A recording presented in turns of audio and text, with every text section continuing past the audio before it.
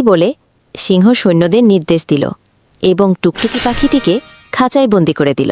তুমি যতদিন ইচ্ছা এখানে থাকতে পারো। জঙ্গলে খুব বৃষ্টি হচ্ছিল। পিহু মাসি আর টুকটুকি পাখি একে অপরের সাথে কথা বলছিল। জঙ্গলে 3 দিন ধরে একটানা বৃষ্টি হচ্ছে। এবারেই বৃষ্টি থামা উচিত। আমি জঙ্গল ঘুরে দেখব। এই বলে টুকটুকি পাখি বৃষ্টিতে উড়তে শুরু করলো। উড়তে উড়তে একটু দূরে চলে গিয়েছিল। এমন সময় তার চোখ পড়ল একটি ছাগলের বাচ্চার ওপর, যে বৃষ্টিতে ভিজে কাঁপছিল। ও, এই ছাগলের বাচ্চা ঠান্ডায় কাঁপছে। মনে হচ্ছে সে তার বাড়ির পথ ভুলে গেছে। এই কথাগুলোই বলছিল টুকটুকি। তখন তার চোখ পড়ল ছাগলের বাচ্চার থেকে একটু দূরে একটি গাছের কাছে দাঁড়িয়ে থাকা একটি নেকড়ের উপর। এই নেকড়েটা আমাদের জঙ্গলের বলে মনে হচ্ছে না, মনে হচ্ছে অন্য কোনো জঙ্গলের।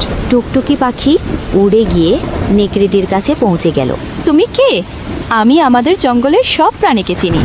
তুমি এই জঙ্গলের বলে মনে হচ্ছে না। তুমি ঠিক বলেছ, আমি এই জঙ্গলের নই। আমি এই জঙ্গলের মধ্য দিয়ে যাচ্ছি। তখনই বৃষ্টি শুরু হয়ে গেল। বৃষ্টি এড়াতে আমি এই জঙ্গলে থামলাম। বৃষ্টি থামলে আমি চলে যাব। ঠিক আছে। এই বলে টুকটুকি ছাগলের বাচ্চার কাছে গিয়ে বলল, তুমি এখানে কি করছো? তোমার মা কোথায় এবং তোমার নাম কি? আমার নাম বুবু।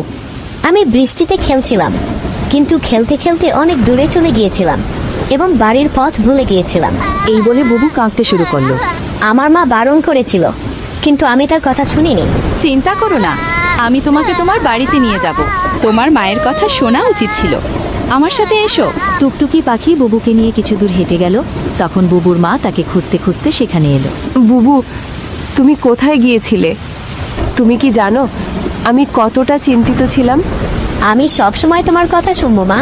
এখন তুমি তোমার মায়ের সাথে বাড়ি যাও এবং বৃষ্টি না থামা পর্যন্ত বাইরে খেলো না। বুবু তার মায়ের সাথে চলে গেল আর টুকটুকি পাখি পিহু মাসির কাছে উড়ে গেল এবং তাকে সবকিছু বলল। আমি একটা ঘটনা বলতে চাই। পিহু মাসি গভীর চিন্তায় ডুবে গেল। পিহু মাসি, এত গভীর চিন্তায় ডুবে আছো কেন? নেকড়ে কি সেই নিষ্পাপ ছাগলের বাচ্চার ক্ষতি করার কথা ভাবছিল? আরে না পিহু মাসি, নেকড়ে নিজেই গাছের নিচে দাঁড়িয়েছিল, ভয় পেয়ে। বৃষ্টি থামার পর সে চলে যাবে। পরের দিন বৃষ্টি থামল। টুকটুকি পাখি রোদ উপভোগ করছিল। তখন বিনু পাখি এসে বলল, আরে টুকটুকি, তুমি এখানে এসে বসে আছো আর সেখানে একটা বেচারা ছাগল ফুপিয়ে কাঁদছে। কোন ছাগল ফুপিয়ে কাঁদছে? আমি জানি না। ওই বেচারা ছাগলটি তার বাচ্চাকে খুঁজছে। সে বলে যে তার বাচ্চাটি গতরাত থেকে বাড়ি থেকে নিখোঁজ। আমার সাথে এসো। টুকটুকি পাখি বিনু পাখির সাথে সেখানে গেল। সে দেখল ছাগলটি বুবুর মা। কি হয়েছে? তুমি কাঁদছো কেন? গতকাল আমি আমার বুবুকে বাড়ি নিয়ে এসেছি। সকালে যখন চোখ খুললাম, সে বাড়ি থেকে নিখোঁজ। আমি পুরো জঙ্গলে খোঁজ করলাম, কিন্তু কোথাও তাকে পেলাম না। ভয় পেও না, আমি এখনই তাকে খুঁজব। টুকটুকি পাখি বুবুকে খুঁজতে শুরু করল। তারপর তার চোখ পড়ল সেই একই নেকড়ের উপর, যে একটা গাছের নিচে আরামে শুয়েছিল। তুমি কি কোথাও ছাগলের বাচ্চা দেখেছো? সেই ছাগলের বাচ্চা যে গতকাল বৃষ্টিতে ভিজছিল? আমি কোনো ছাগলের বাচ্চা দেখিনি। যাই হোক, তুমি বলছো বৃষ্টির পর আমি এখান থেকে চলে যাব? তুমি এমনভাবে কথা বলছো যেন তুমি এই জঙ্গলের রাজা এবং এখানে কেবল তোমারই কর্তৃত্ব আছে। আর হ্যাঁ, আমি যখন চাইব তখনই এখান থেকে চলে যাব, তোমার কথায় না। টুকটুকি পাখি মনে মনে বলল, আমি এই নেকড়েকে সন্দেহ করছি।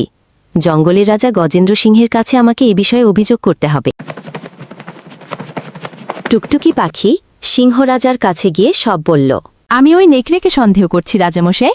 আমার মনে হয় নেকড়ে খারাপ উদ্দেশ্যে এখানে এসেছে মহারাজ। এর মানে হলো নেকড়েটা সত্যি কথা বলছিল। তুমি সবসময় জঙ্গলের পশুদের বিরুদ্ধে আমার কানে কান পড়া দাও। মহারাজ, আপনার কি হয়েছে? আপনি এগুলো কি বলছেন? এমন সময় নেকড়ে গুহার অন্য অংশ থেকে বুবুকে নিয়ে বেরিয়ে এলো। মহারাজ, যখন আমি জানতে পারলাম যে এই ছাগলের বাচ্চাটি গতকাল থেকে নিখোঁজ, আমি তখনই জঙ্গলে খুঁজতে বেরিয়েছিলাম। কিন্তু আমি জানতাম এই টুকটুকি পাখিটি অবশ্যই আমার বিরুদ্ধে আপনার কাছে নালিশ করবে, তাই আমি আগেই আপনাকে সবকিছু বলেছিলাম। মহারাজ, এই টুকটুকি পাখির কারণে অন্য কোনো জঙ্গলের প্রাণী আপনার জঙ্গলে আসে না। তুমি বলছো যে এই নেকড়েটা বুবুকে মেরে ফেলবে? এ তো তোমাদের সবার আগেই নিরাপদে বুবুকে উদ্ধার করেছে। এখন টুকটুকিকে শাস্তি দেওয়া হবে। এই বলে সিংহ সৈন্যদের নির্দেশ দিল এবং টুকটুকি পাখিটিকে খাঁচায় বন্দি করে দিল। তুমি যতদিন ইচ্ছা এখানে থাকতে পারো। নেকড়ে খুশি মনে চলে গেল।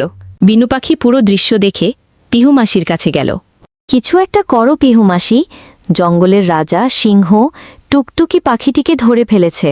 যখন টুকটুকি বলল যে নেকড়েটি ছাগলছানার দিকে তাকিয়েছিল, তখনই আমার সন্দেহ হয়েছিল। চিন্তা করো না বিনু, আমাদের এখন সেই নেকড়েটির উপর নজর রাখতে হবে।